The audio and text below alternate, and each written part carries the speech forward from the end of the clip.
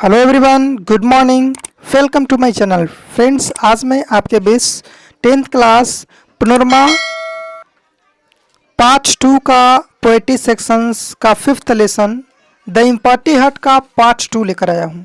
Part 1 में video guptastudy.com पे upload कर दिया है, जिसका लिंक आपको डिस्क्रिप्शन बॉक्स में मिल जाएगा, जिसमें मैंने पार्ट 1 तक एक्सप्लेन किया है द इम्पॉर्टी हट का।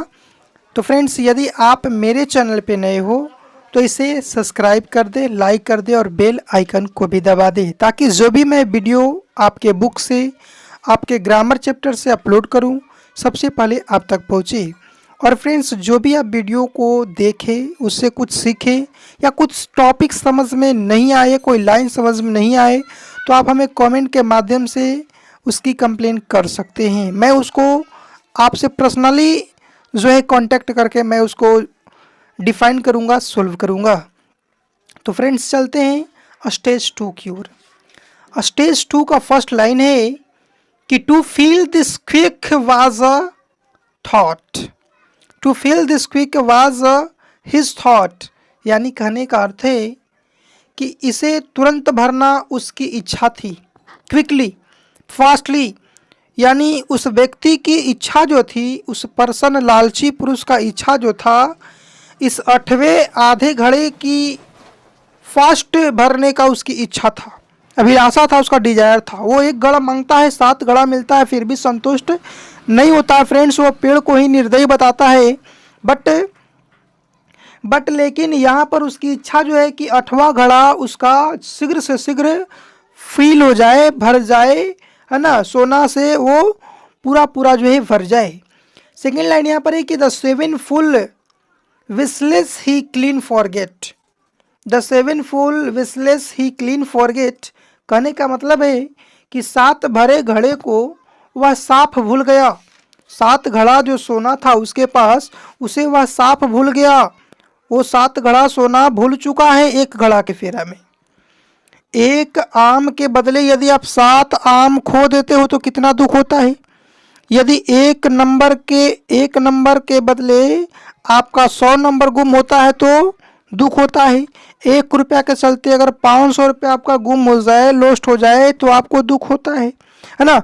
उस तरह इस व्यक्ति जो है, लालची पुरुष जो है, इतना उसमें खो जाता है 8वां घड़ा भरने के लालच में कि वह जो है 7 घड़े सोने को भी भूल जाता है। 7 भरे घड़े को वह साफ भूल जाता है ना। नेक्स्ट लाइन है कि the demon desire now made he mad, यानी दुष्ट इच्छा ने अब उसे पागल कर दिया था। उसकी जो इच्छा जो थी, उसकी जो डिजायर जो थी, उसे एकदम पागल कर दिया था, है ना। उसे एकदम पागल कर दिया था। उसमें वह जो है संलग्न हो गया था, उसे कुछ नज़र नहीं आ रहा था।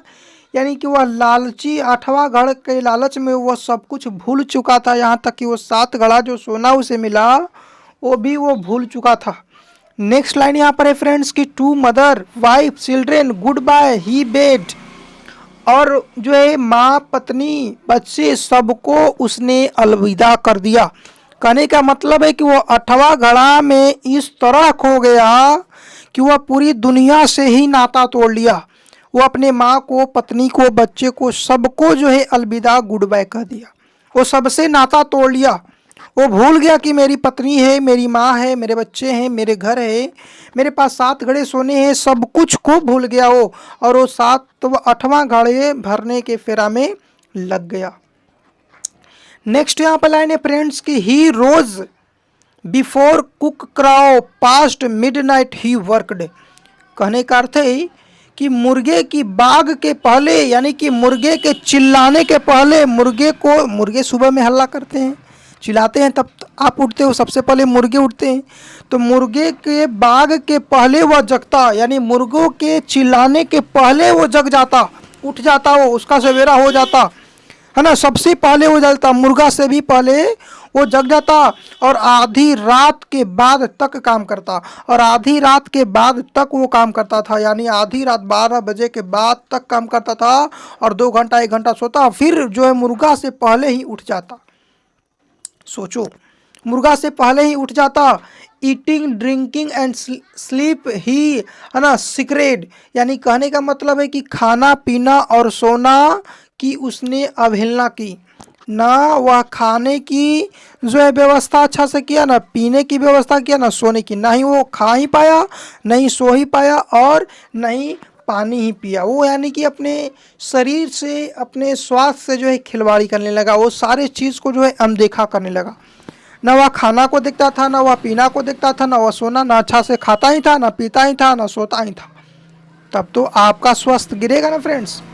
ही वर्केड हिज हेल्थ, हिज, है ना, conscience sold and tried all trick to gather gold, यानी अपना स्वास्थ्य उसने नष्ट कर लिया।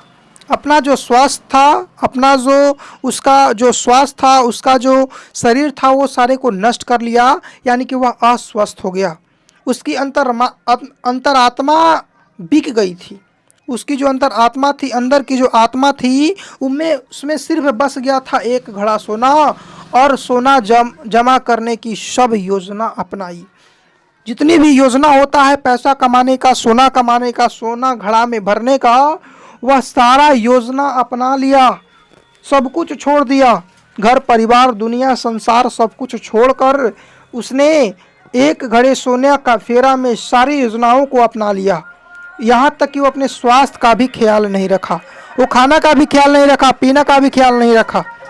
तो फ्रेंड्स, आपने देखा कि किस प्रकार ये लालची पुरुष जो है, फर्स्ट स्टेज में तो पहले एक घड़े सोने का डिजायर किया, इच्छा जाहिर किया, कल्पक वृक्ष के सामने प्रे किया, और कल्पक वृक्ष ने उसकी एक प्रे को 7 गुना प्रे में कन्वर्ट करके दिया, यानी कि एक घड़े के बदले 7 घड़े सोने दिए, वो भी सोने चांदी के घड़े में सोने के सिक्के। फिर भी वो संतुष्ट व्यक्ति नहीं होता है, 8वां घड़ा का इच्छा जो है वहाँ पर रखता है, और उसके चक्कर में यहाँ पर दूसरा स्टेज में पोएट बहुत ही अच्छी भावनाओं से कवि ने बताया है कि सेकेंड स्टेज में वो लालची पुरुष जो है वो 8वें घड़े के फेरे में सारे चीज़ को भुला देता है, यानी कि 7 घड़े सोने को भी भुला देता है, अपने माँ पत्नी बच्चे दुनिया संसार को भी भूल जाता है, यहाँ तक कि वह खाना पीना सोना भी भूल जाता है, यानी कि वो अपने स्वास्थ्य का भी ख्याल नहीं रखता है। तो लालच बहुत खतरनाक वस्तु है, चीज़ है, इससे दूर रहना चाहिए फ्रेंड्स, नहीं तो ये विनाश के कगार पर ले जाता है आपको। तो देखते हैं 3 स्टेज में, स्टेज नंबर 3 में लेखक पोएट जो है यहाँ पर क्या उसका हाल होता है। तो चलिए चलते हैं। फर्स्ट लाइन है आपका कि eager and an excuse he seamlessly टूक, यानी कहने का अर्थ है, इगर का अर्थ यहाँ पर होता है उत्सुक होता है फ्रेंड्स, और एक्सक्यूज का अर्थ होता है चिंतन, है ना, और सेमलेसली का अर्थ होता है निर्लजता से, है ना, निर्लज व्यक्ति।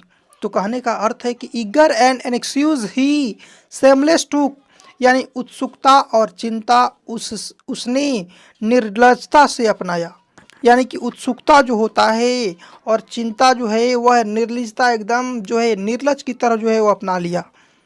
उसको कोई फर्क नहीं पड़ता कि उससे लोग क्या कहे, है ना, उससे कोई उसको मतलब नहीं था, उसको मतलब था 8वें घड़े सोने से।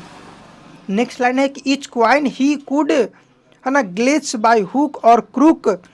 तो यहाँ पर जो है ग्लेच का अर्थ होता है पकड़ा, है ना, पकड़ना, और बाय हुक और बाय क्रूक का अर्थ होता है किसी तरह, यानी कहने का अर्थ है कि एक एक सिक्का उसने जैसे तैसे हासिल किया, एक एक सिक्का जो है उस व्यक्ति ने, लालची पुरुष ने जैसे तैसे हासिल किया, किसी तरह जो है एक एक सिक्का को, सोने के सिक्का को हासिल किया।